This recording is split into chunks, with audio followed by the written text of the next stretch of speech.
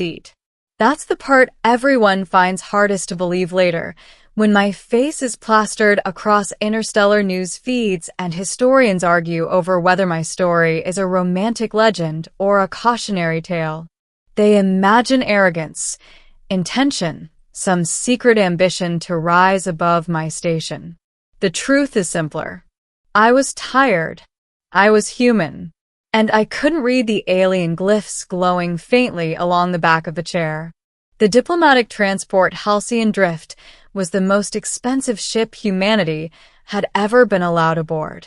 It smelled like ionized metal and foreign atmospheres, each corridor tuned to accommodate different species.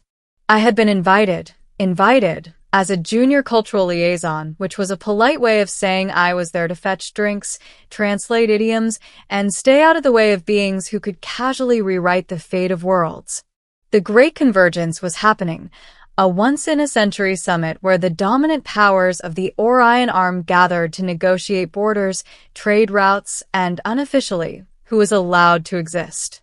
Humanity had clawed its way to the table through persistence, luck, and a refusal to die quietly.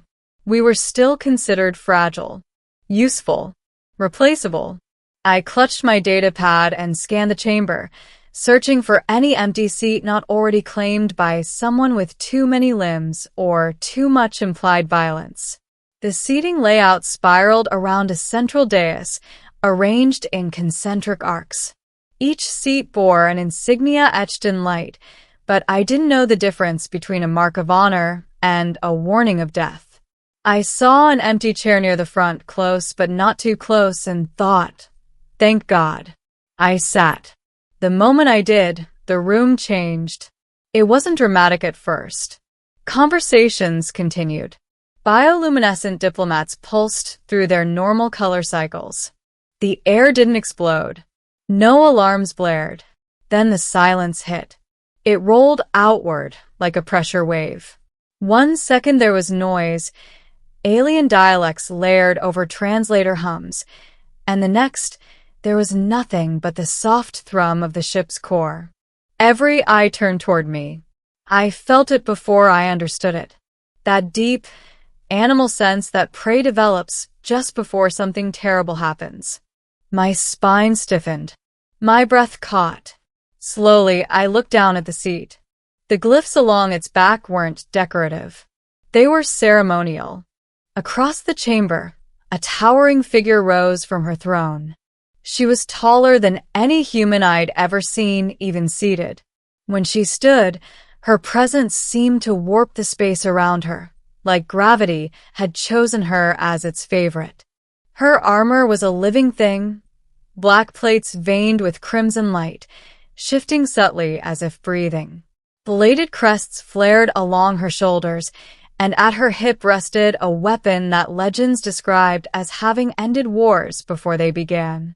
Princess Zyra Valketh, heir to the Carrick's dominion, the deadliest royal lineage in known space, and, apparently, the owner of the seat I was currently occupying. Her eyes locked onto me. They were not the glowing monstrosities humans liked to exaggerate in propaganda. They were sharp, controlled, and terrifyingly intelligent. She began to walk toward me. Each step echoed like a countdown. I stood up, so fast my chair skidded backward. "I'm sorry," I blurted, my translator scrambling to keep up. This was a mistake. I didn't realize. "You have already realized," she said, her voice calm and resonant, carried perfectly across the chamber without effort. "You Saturday." "Yes," I said, nodding frantically. "Yes, I did. And I'm leaving it. Right now. Immediately." I stepped aside, gesturing helplessly at the chair like it had betrayed me. Zyra stopped inches away. She looked down at the seat, then at me. Then she smiled. It wasn't warm. It wasn't cruel. It was satisfied. "The seat of claim does not forgive ignorance," she said. "It recognizes only action." My heart slammed against my ribs. Seat of what? Murmurs rippled through the chamber, diplomats leaning toward one another, their translators whispering frantic explanations. Zyra turned back to the assembly. By ancient law of the Carrick's dominion, any who sit unchallenged upon the seat of claim before the convergence is called issues a proposal. My stomach dropped. A proposal? I echoed weakly. Her eyes returned to me, glowing faintly now. Of union. The room erupted. Voices clashed. Colors flared. Limbs waved in disbelief. Somewhere behind me, the human ambassador made a noise I can only describe as the sound of a soul leaving a body. I laughed. It came out wrong, thin, hysterical. This is a joke. A misunderstanding. I'm nobody. Zyra leaned closer, lowering her voice, so only I could hear. That is why this is interesting. She straightened and raised her hand. Instantly, the chamber quieted again. I accept, she declared. The words hit like a meteor. Accept what? I wanted to ask. Accept who? But the Carrick's honor guards struck their weapons against the floor in unison, a thunderous affirmation. Crimson light flooded the chamber as ancient protocols activated. I was surrounded. Hands, clawed, armored, powerful, guided me back toward the seat. I resisted for exactly half a second before realizing that resistance would end with me as a cautionary smear. Zyra sat beside me. Her presence was overwhelming up close. Heat radiated from her armor. The faint scent of iron and ozone filled my senses. Congratulations, she said softly. You are now under my protection. I didn't agree to anything, I whispered. She tilted her head. You Saturday. That was the beginning. They didn't let me sleep that night. Carrick's rituals didn't care about human circadian rhythms or psychological shock. I was escorted, guarded, through corridors that shifted to accommodate Zyra's escort. Every being we passed stared at me with a mixture of awe and pity. I was taken to a chamber larger than my entire apartment back on Earth. The walls were carved with battle histories rendered in moving relief, showing Carrick's warriors tearing through enemies that looked disturbingly real. Zyra dismissed the guards with a gesture. When we were alone, the silence pressed down on me harder than before. Tell me, she said, removing her helm. Did you know what you were doing? Up close, without the armor framing her, she looked younger. Still dangerous, still alien, but there was a sharp curiosity in her expression that hadn't been visible before. No, I said immediately. I swear. I can barely tell one alien symbol from another. She studied my face, her gaze intense enough to feel like a blade against my thoughts. Finally, she exhaled. Then fate is either cruel or amusing. Can we undo this? I asked. Please. Zyra turned away, pacing. The seat of claim is older than my dynasty. To sit is to challenge. To challenge is to declare worth. I'm not worthy of anything, I said. I'm a junior liaison. I fetch drinks. She stopped and looked back at me. Then why did you not flee when you realized your error? I opened my mouth, closed it. I don't know, I admitted. Because you are human, she said slowly. Your species survives by standing where it should not. I didn't know whether that was praise or a death sentence. Over the next cycle's days, I think I learned what my accidental proposal meant. Carrick's royalty didn't marry for love. They married for strength, for alliances forged in blood and survival. Any partner to the princess was expected to face trials designed to test resolve, intelligence, and the ability to endure fear. I failed the first one almost immediately. They locked me in a chamber with a predator engineered to sense weakness. I panicked. I didn't fight. I didn't run. I talked. I spoke to it. Nonsense at first, then stories from Earth. My voice shaking but steady enough to fill the silence. The creature tilted its head, confused by prey that didn't behave like prey. When the doors opened, the observers were stunned. Zyra watched me with something new in her eyes. "You do not dominate," she said later. "You endure." Trial after trial followed. Strategy puzzles where brute force failed. Simulations where retreat was wiser than victory. I didn't win by Carrick standards, but I survived. Between trials, Zyra and I talked. She told me about her childhood, raised in war academies, taught that mercy was a flaw. I told her about Earth sunsets and music played for no reason other than joy. One night, she asked, "Why are you afraid of me?" "I'm not afraid of you," I said carefully. "I'm afraid of what you represent. Power without limits." She considered that. Power always has limits. Even mine. Like what? She looked at me. Choice. The convergence neared its end. Rumors spread. Some species protested the engagement, calling it destabilizing. Others watched eagerly, wondering if humanity had accidentally secured the strongest alliance in the galaxy. On the final day, tradition demanded a public declaration. I stood beside Zyra on the dais, my hand shaking. "You may still withdraw," she said quietly. "If you do, I will not kill you." "That's comforting," I muttered. She almost smiled.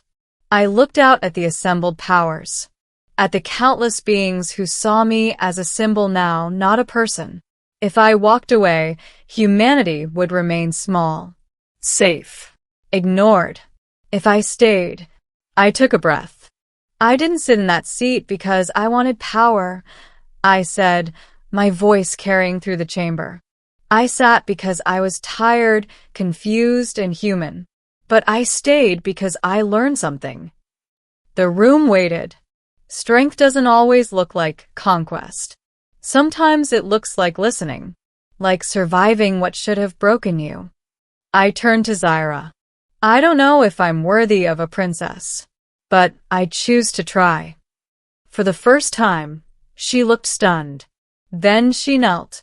Gasps rippled through the chamber as the deadliest alien princess in known space bowed her head to a human. "I accept your choice," she said. "As my equal." The convergence ended in chaos. Wars were averted. Alliances rewritten. Humanity was no longer invisible. As for me, I started the day worrying about where to sit. I ended it engaged to the most dangerous woman in the galaxy. And somehow, I wasn't afraid anymore. The galaxy did not accept our engagement quietly. The moment Princess Zyra knelt before me, ancient protocols shattered across diplomatic space like breaking glass. Holographic banners shifted colors. Emergency councils were summoned before the convergence even formally adjourned. I could feel the balance of power tremble, as if something vast had just exhaled after holding its breath for centuries. And I, still human, still overwhelmed, was suddenly the axis around which it all turned. They escorted us from the chamber under heavy guard. Not to protect me, I quickly realized, but to protect everyone else from her. Zyra walked at my side, armor humming softly, one hand resting near her weapon. Not threatening, not defensive, just present. A reminder. Inside the private sanctum reserved for Carrick's royalty, the door sealed with a sound like final judgment. Only then did she turn to me. "You understand," she said, "that this changes nothing about who I am." "I wouldn't want it to," I replied. My voice was steadier than I expected. "And I'm still me.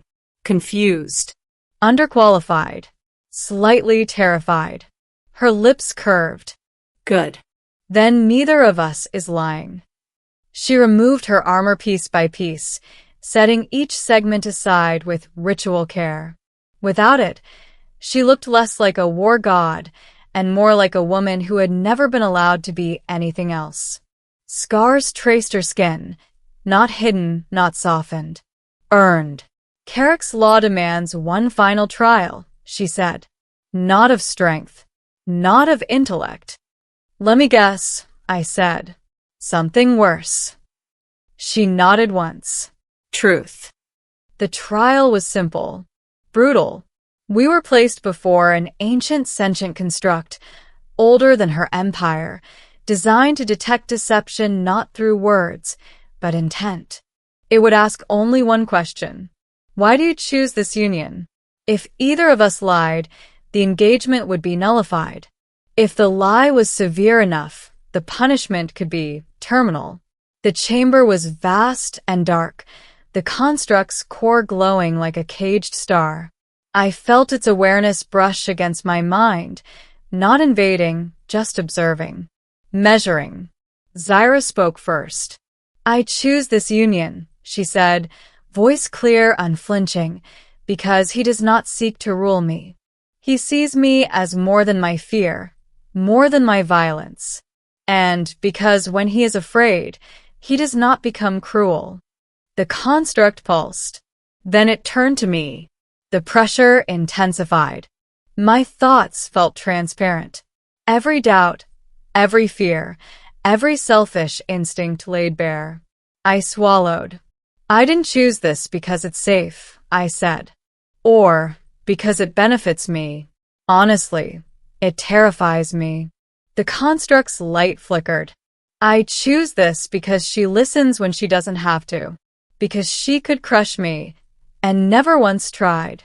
Because if someone like her believes humanity deserves a place among the stars, then maybe we finally do. Silence. Then the construct dimmed, its ancient voice echoing through the chamber. Truth confirmed. Union sanctioned. The relief hit me so hard my knees nearly buckled. Zyra caught me before I fell. The engagement ceremony followed immediately, broadcast across known space. Not lavish. Not indulgent. Carrick's traditions valued meaning over spectacle. There were no crowns, no rings. Instead, we exchanged vows etched into crystal, promises recorded not just in language, but in neural resonance. Impossible to fake. Impossible to forget. When it was over, she pressed her forehead to mine, a Carrick's gesture of absolute trust. From that moment on, no one could challenge our bond without declaring war on the Dominion and humanity. The months that followed rewrote history. Trade routes stabilized. Border skirmishes ended without bloodshed. Species that had ignored Earth for centuries suddenly sought our counsel, not because we were strong, but because we were connected. And Zyra changed. Not softer, never weaker.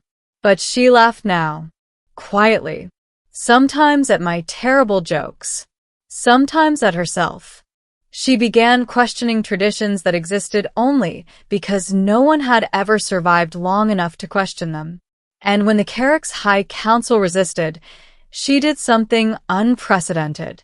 She asked me to speak, not as a ruler, but as a human.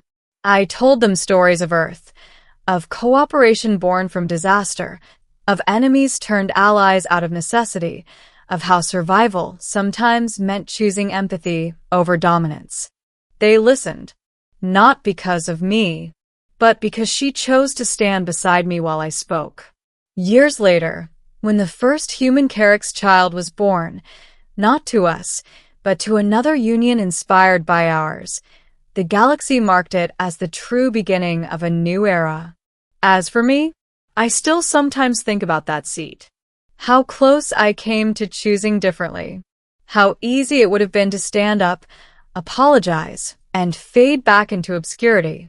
Instead, I stayed seated. I chose to be seen.